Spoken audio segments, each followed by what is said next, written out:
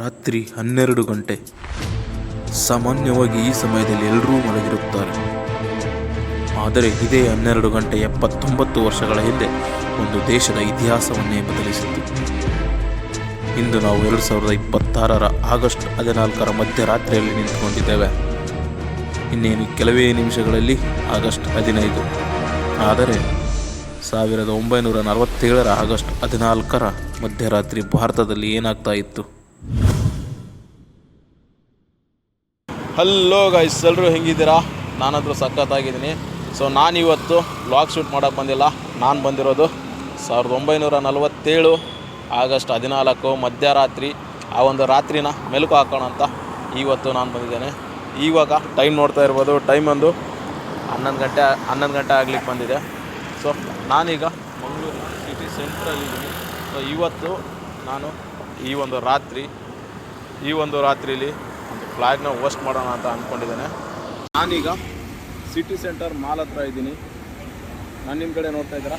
ಅದರ ಆಪೋಸಿಟಲ್ಲಿ Sai palace hotel ಇದೆ. ನಾಳೆಗೆ ಎಲ್ಲ ರೀತಿಯಾದ ತಯಾರಿಗಳನ್ನ ಮಾಡ್ಕೊಳ್ತಾ ಇದ್ದಾರೆ.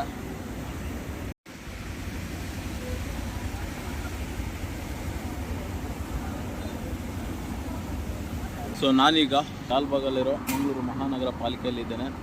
ಇಲ್ಲಿ ನೋಡ್ತಾ ಇರ್ಬೋದು, ನಾಳೆ ಒಂದು ಸ್ವಾತಂತ್ರ್ಯ ದಿನಾಚರಣೆಯ ಒಂದು ಆಚರಣೆಗೋಸ್ಕರ ಒಂದು ಪ್ರಿಪ್ರೇಷನ್ ನಡೆದಿದೆ. ಭಾರಿ ಭರ್ಜರಿಯಾಗಿ ಮಾಡ್ತಾ ಇದ್ದಾರೆ ಡೆಕೋರೇಷನ್ ಎಲ್ಲ.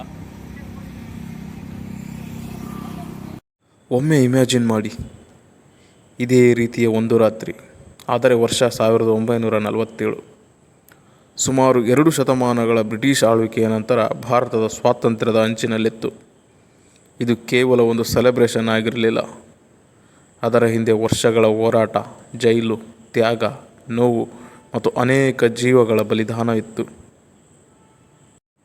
ಸುಭಾಷ್ ಚಂದ್ರ ಬೋಸ್, ಭಗತ್ ಸಿಂಗ್, ಮಹಾತ್ಮ ಗಾಂಧೀಜಿ, ಚಂದ್ರಶೇಖರ್ ಆಜಾದ್ ಮತ್ತು ಹೆಸರೇ ಇತಿಹಾಸದಲ್ಲಿ ಉಳಿಯದ ಸಾವಿರಾರು ಲಕ್ಷಾಂತರ ಹೋರಾಟಗಾರರು.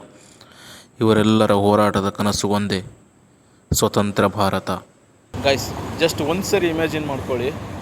ಸುಮಾರು 200 ವರ್ಷಗಳ ಕಾಲ ಬ್ರಿಟಿಷರು ನಮ್ಮ ದೇಶನ ಆಳಿ, ಆ ಒಂದು ರಾತ್ರಿ ನಮ್ಮ ದೇಶನ ಬಿಟ್ಟೋಗ್ತೀನಿ ಅನ್ನೋ ನ್ಯೂಸ್ ಬಂದಾಗ ನಮ್ಮ ಇಡೀ ಭಾರತ ಅದೆಷ್ಟು ಖುಷಿಯಾಗಿರ್ಬೋದು.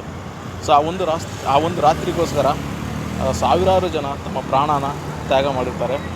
ಅದೆಷ್ಟೋ ತಾಯಂದಿರು ತಮ್ಮ ಮಕ್ಕಳನ್ನ ಕಳ್ಕೊಂಡಿರ್ತಾರೆ. ಅಂಥ ಒಂದು ರಾತ್ರಿಗೋಸ್ಕರ ಆ ಇಡೀ ಭಾರತ ದೇಶನೇ ಕಾಯ್ತಾ ಇರುತ್ತೆ.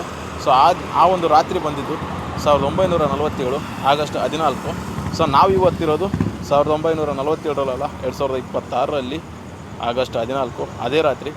ಈ ಒಂದು ರಾತ್ರಿ ಫ್ಲಾಗ್ ಹೋಸ್ಟ್ ಮಾಡೋಣ ಅಂತ ಅಂದ್ಕೊಂಡಿದ್ದೇನೆ. ನಾನೀಗಿರೋದು ಮಂಗಳೂರಿನ ಲಾಲ್ಬಾಗ್ ಸರ್ಕಲಲ್ಲಿ. ನನ್ನ ಹಿಂದ್ಗಡೆ ಇದೆ ಮಹಾತ್ಮ ಗಾಂಧಿ ಸರ್ಕಲು. MG ರೋಡಲ್ಲಿ ನಾನಿದ್ದೇನೆ ಈಗ. ಇವಾಗ ಟೈಮ್ ಒಂದು ಇನ್ನು 3 ನಿಮಿಷ ಇದೆ 12 ಗಂಟೆಗೆ. ನಾನು ಈ ಒಂದು ಪ್ಲೇಸಲ್ಲಿ ಫ್ಲಾಗ್ ಹೋಸ್ಟ್ ಮಾಡಬೇಕು ಅಂತ ಅಂದ್ಕೊಂಡಿದ್ದೇನೆ. ಎಸ್, ಇನ್ನೊಂದು 3 ನಿಮಿಷ ಇದೆ. ಈ 3 ನಿಮಿಷದಲ್ಲಿ ನಾನು ಒಂದು ತ್ರಿವರ್ಣ ಧ್ವಜವನ್ನು ಇಲ್ಲಿ ಹಾರಿಸ್ತೇನೆ. ನನ್ನ ಕೈಯಲ್ಲಿರೋದು ಇದು ಖಾಲಿ ಒಂದು ಧ್ವಜ ಅಲ್ಲ, ಇದು ಅದೆಷ್ಟೋ ಜನರ ಬಲಿದಾನಗಳ ಸಂಕೇತ ಇದು. ಇವಾಗ ನೋಡ್ಬೋದು, ಟೈಮ್ ಒಂದು 12 ಗಂಟೆ ಆಗಿದೆ, ಕಾಣ್ತಾ ಇರ್ಬೋದು. ಇವಾಗ ಈ ಒಂದು ಧ್ವಜನ ಹಾರಿಸೋಣ. ಈ ಧ್ವಜನ ಹಾರಿಸ್ಲಿಕ್ಕಾಗಲ್ಲ, ಇಲ್ಲೇ ಒಂದು ಅನ್ಫೋಲ್ಡ್ ಮಾಡ್ತಾನೆ ಧ್ವಜನ. ಎಲ್ರಿಗೂ ಸ್ವಾತಂತ್ರ್ಯ ದಿನಾಚರಣೆ. ಈ ಧ್ವಜನ ನಾನು ಇಲ್ಲಿ ಹಾಕ್ತೇನೆ.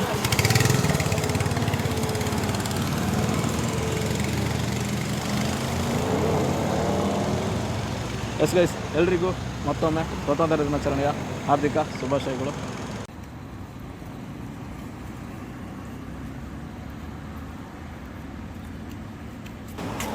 ಬನ್ನಿ, happy independence day. Thank you. Thank you.